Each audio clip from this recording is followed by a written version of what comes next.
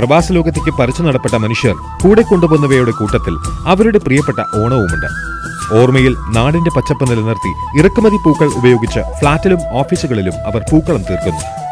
കൂട്ടായ്മകളുടെ പേരിൽ തുടരൻ ഓണാഘോഷങ്ങൾ സംഘടിപ്പിക്കുന്നു. ഹോട്ടലിൽ നിന്നാണെങ്കിലും സദ്യയുണ്ട് അവർ ഓണത്തെ നെഞ്ചോട് ചേർക്കുന്നു. പരിമിതികൾക്കുള്ളിലും എല്ലാവരും ഒത്തുചേർന്നുള്ള ഓണാഘോഷമാണ് പ്രവാസ ലോകത്തേത്. വാരാന്ത്യ അവധി ദിവസങ്ങളിലാണ് മിക്ക ഓണാഘോഷ പരിപാടികളും. അതുകൊണ്ട് തന്നെ അത്തം 10 കഴിഞ്ഞാലും പ്രവാസ ലോകത്തെ ഓണാഘോഷം തുടരും. മലയാളികൾ മാത്രമല്ല, അറബികളും മറ്റ് ദേശക്കാരും ഈ ഓണാഘോഷ പരിപാടികളിൽ ധാരാളമായി പങ്കുചേരുന്നു. കൊടും ചൂടിന് ശമനം വന്ന ഘട്ടത്തിലാണ് ഇക്കുറി പ്രവാസ ലോകത്തെ ഓണാഘോഷം.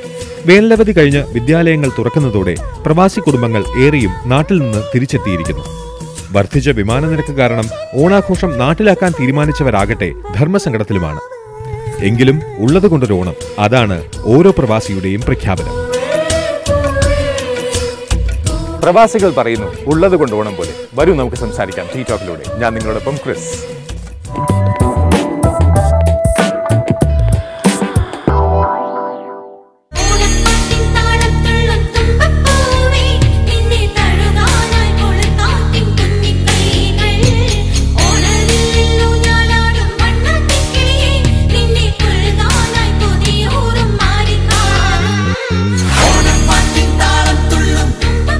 ഇന്ന് ടീ ടോക്കിൽ നമ്മോടൊപ്പം ജെനി ജോസഫ്, കാസർഗോഡ് കാഞ്ഞങ്ങാട് സ്വദേശി, Jeni Flowers International managing director. കഴിഞ്ഞ 30 വർഷത്തിലേറെയായി UAE-യിൽ, കുടുംബത്തോടൊപ്പം ദുബൈയിൽ താമസിക്കുന്നു.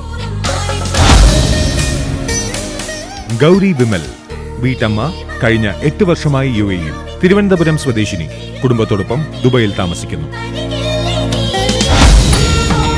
രാജേഷ് പിള്ളൈ, കൊല്ലം കൊട്ടാരക്കര സ്വദേശി, 16 വർഷമായി UAE-യിൽ, അക്കാഫ് എന്ന സംഘടനയുടെ മുൻ പ്രസിഡന്റ്. സ്വന്തമായി ബിസിനസ് നടത്തുന്ന രാജേഷ് കുടുംബത്തോടൊപ്പം ദുബൈയിൽ താമസിക്കുന്നു.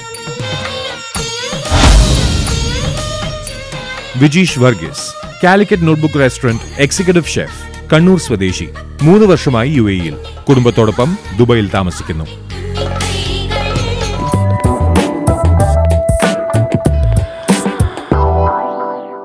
ജനിസാനോട് തന്നെ ആദ്യം ചോദിക്കാം, ഓണം എന്ന് പറയുമ്പോൾ പൂക്കളുടെ ഒരു ഉത്സവമായിട്ട് നാട്ടിൽ കരുതുന്നത് ഇവിടെ ഇത്രയും കാലം കുറച്ച് വ്യത്യാസം ഉണ്ടായിരുന്നു. ഇപ്പോൾ ഈ അസോസിയേഷൻ അപ്രൂവൽ അങ്ങനെയൊക്കെ പ്രശ്നം വന്നതിന് ശേഷം എങ്ങനെയാണ് ഇവിടുത്തെ ഇപ്രാവശ്യത്തെ ഓണം? സമാധാനമുണ്ട് ശരിക്കും പറഞ്ഞു അത് ജോക്ക് പറഞ്ഞാട്ടോ. ഇറ്റ് നമുക്കൊരു എന്താ പറയുക, ഒരു സങ്കടം തോന്നും. ഇത്രയും നാളും ഫ്രൈഡേ ആയിക്കഴിഞ്ഞാൽ ഫ്രീ ആണ് പോകുന്നത്, നമ്മുടെ ഓഫീസിൽ നിന്ന് എപ്പോഴും ഫ്രീ ആയിട്ടാണ് പോകുന്നത്.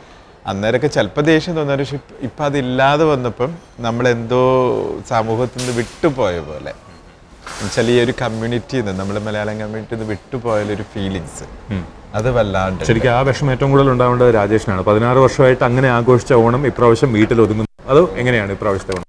ഒരു ദിവസമല്ലല്ലോ, ഏകദേശം 3-4 മാസം ഓണം കഴിഞ്ഞ് ദുബായ് മാത്രമേ കാണൂ അങ്ങനെ ഒരു ആഘോഷം. ഓരോ കോളേജസ് വൈസ് ആഘോഷം, പിന്നെ മൊത്തം ആൾക്കുള്ള കോളേജ് അലൂമിനോ ഫോറത്തിൻ്റെ ആഘോഷം.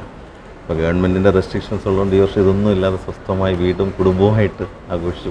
വീടും കുടുംബവും ഇവിടെ ഉണ്ടെങ്കിലും ശരിക്കും ഇപ്പോൾ ഒരു വീട്ടമെന്ന രീതിയിൽ വീട്ടിലെ ഓണമാണോ അതോ ഇവിടെ ഹോട്ടൽ ഓണമാണോ? കൂടുതലും ഹോട്ടൽ ഓണമാണ്. മിക്കവാറും ഓണം വരുന്നത് വർക്കിംഗ് ഡേയ്സ് ആണ്. അപ്പോൾ മാക്സിമം ഓണത്തിനകത്ത് നമ്മളൊരു പായസം വെച്ചാലായി. അല്ല, അപ്പോൾ അതിന് മുമ്പോ അത് കഴിഞ്ഞ ശേഷമുള്ള ഒരു വെള്ളിയാഴ്ച ഫ്രണ്ട്സും അത്യാവശ്യം അടുപ്പമുള്ള ഫ്രണ്ട്സും എല്ലാവരും കൂടെ ചേർന്ന് എല്ലാവരും കൂടെ കുക്ക് ചെയ്ത് ഞങ്ങൾ തന്നെ സ്ത്രീകളെല്ലാവരും കൂടെ തന്നെ പാചകം ചെയ്ത് കുട്ടികളും എല്ലാവരും കൂടെ ഇരുന്ന് കഴിക്കുക. അത്രേ തന്നെ ഉള്ളൂ ഇവിടുത്തെ ഒരു ഓണം, ഒരു തീം.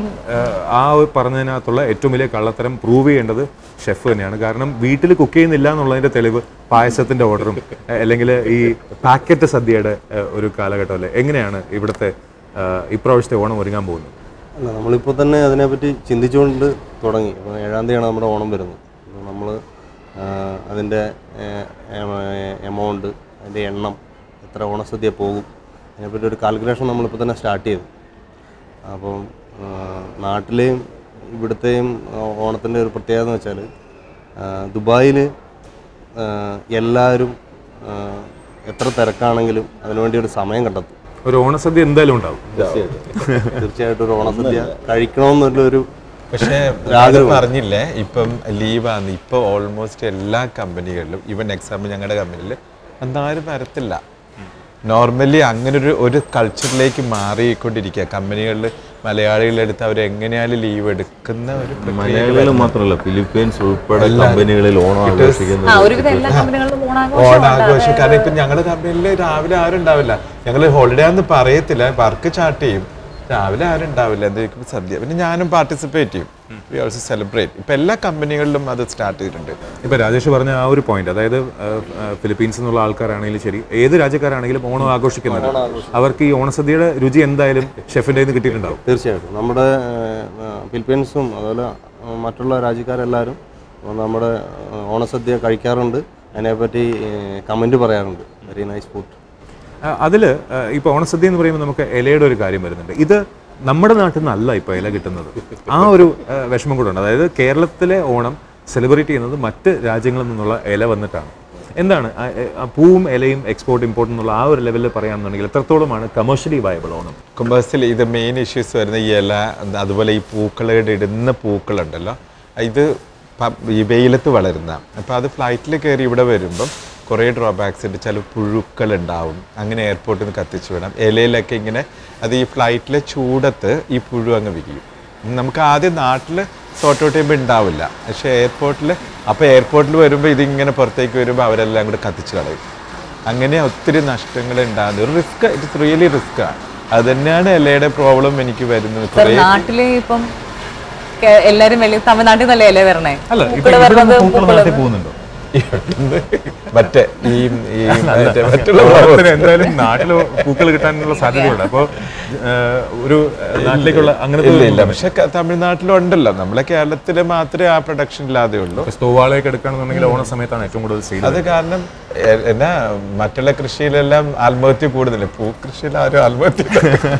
സംഘടനകളുടെ അപ്രൂവൽ മാറിയ പിന്നെ ഇവിടുത്തെ ഇവന്റ്സിനും ഓണത്തിന്റെ എണ്ണത്തിനും എല്ലാം കുറവ് വന്നിട്ടുണ്ട്. 3 മാസം നീണ്ടിരുന്ന ഓണം ഇപ്രാവശ്യം 10 ദിവസത്തിൽ ഒതുങ്ങി. മാവേലിക്ക് വിസിറ്റ് വിസ 10 ദിവസം കഴിയുമ്പോൾ ടിക്കറ്റ് തിരിച്ചു തീർച്ചയായിട്ടും മാക്സിമം ഒരു 10 ദിവസമേ കാണത്തുള്ളൂ. കാര്യം 3-4 മാസമായിട്ട് കഴിഞ്ഞ വർഷങ്ങളിൽ നവംബർ വരെ ഓണം ആഘോഷിച്ചിരുന്നു. ഡിസംബർ ക്രിസ്മസിന് തൊട്ട് മുമ്പ് വരെ ഓണം ആഘോഷിക്കുന്നൊരു പതിവാണ് ദുബായിലുള്ള മലയാളി സമൂഹത്തിനും സംഘടനകൾക്കും ഉള്ളത്. അതിന് സംഘടനയുടെ ബാഹുല്യം തന്നെയായിരുന്നു അതിനൊരു കാരണം. ഇപ്പോൾ ഗവൺമെൻറ് റെസ്ട്രിക്ഷൻസ് വന്നതുകൊണ്ട് വളരെ ചുരുക്കിയ ഓണം മാത്രമേ ഈ വർഷം. ഷെഫിനോട് തന്നെ ചോദിക്കാം, സംഘടനകൾ മാറിയ പിന്നെ സംഘടനകൾ പൊതുവെ ഓർഡർ ചെയ്യുന്നത് ഹോട്ടൽസിൽ നിന്നായിരിക്കും, അങ്ങനെ കേറ്ററിംഗ് യൂണിറ്റ് അല്ലാതെ ഹോട്ടൽസിൽ നിന്നായിരിക്കും ഓർഡർ ചെയ്യുന്നത്. അപ്പോൾ നാട്ടിലത്തെ ആ ഒരു സിസ്റ്റം, പച്ചടി കിച്ചടി അവിയൽ തോരൻ കാളൻ സാമ്പാർ എരിശ്ശേരി പുളിശ്ശേരി എന്നൊക്കെ പറഞ്ഞ ആ ഒരു സിസ്റ്റം ഉണ്ടായിരുന്നു. ആ സിസ്റ്റം തന്നെയാണ് ഇവിടെ ഫോളോ ചെയ്യുന്നത്.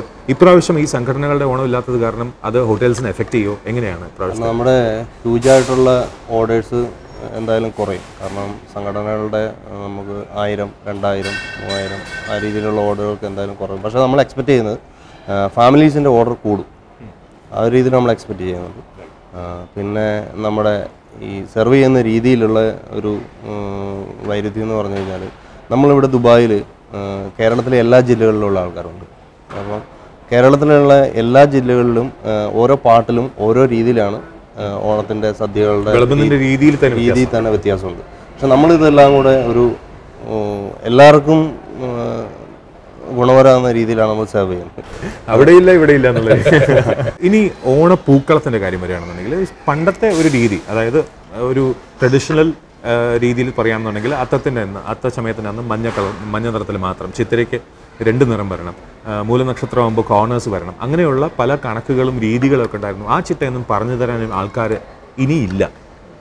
ദശപുഷ്പത്തിൻ്റെ യൂസേജ്. അപ്പോൾ ആ ഒരു രീതിയിൽ എടുക്കുകയാണെന്നുണ്ടെങ്കിൽ എത്രത്തോളമാണ് ഇവിടെ ട്രഡീഷണൽ ഓണം ആഘോഷിക്കുന്നത്? അതോ നമ്മൾ ഈ പാക്കറ്റ് ഓണം, വന്നോണം നിന്നോണം പൊക്കോണം എന്നുള്ള ആ രീതിയിലുള്ള ഓണം? സാർ, ഇവിടെ ട്രഡീഷണൽ ഓണം ആഘോഷം ഉണ്ടോ എന്ന് തന്നെ ഉള്ള കാര്യം സംശയമാണ്.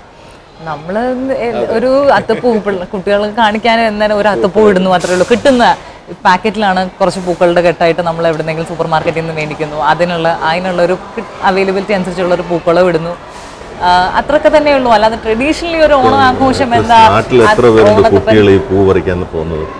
എത്ര പേരുണ്ട് ഇടുന്നത്? നാട്ടിലും കടയിൽ നിന്ന് വാങ്ങിച്ച് പൂവിടുന്നൊരു കൺസെപ്റ്റിലേക്ക് ആയിക്കഴിഞ്ഞു. ബിക്കോസ് ഒരു 10-16 വർഷം മുമ്പേ വരെയൊക്കെ അത് ഉണ്ടായിരുന്നു. ഇവിടുത്തെ ഫ്ലാറ്റ് വളരുന്ന കുട്ടികൾക്ക് എന്താണ് പ്രകൃതി, മറ്റൊന്ന് നമ്മൾ പ്രകൃതിയും മനുഷ്യനും തമ്മിലുള്ള ഒരു ബന്ധം, അല്ലെങ്കിൽ അത്രയും അടുത്ത് ഇവിടുത്തെ ഫ്ലാറ്റിൽ വളരുന്ന പിള്ളേർക്ക് ഒന്നും അറിയില്ലല്ലോ. എന്താ ഏത് ചെടി കണ്ടാലും പോലും അറിയില്ല. കോർണറിൽ എവിടെയൊക്കെയോ അത് റീ എസ്റ്റാബ്ലിഷ് ചെയ്യാനായിട്ടുള്ള ഒരു പരിശ്രമം നമ്മൾ അറിയാതെ നടക്കുന്നുണ്ട്. അപ്പോൾ നല്ല രീതിയിൽ നമുക്ക് ഒരു ഓണം ആഘോഷിക്കാൻ ഈ ഒരു ഓണം വഴിയാകട്ടെ എന്ന് പറഞ്ഞുകൊണ്ട് ചെറിയൊരു ഇടവേള. Will be back with you in a short while. T ടോക്കിൽ ഞാൻ നിങ്ങളോടൊപ്പം.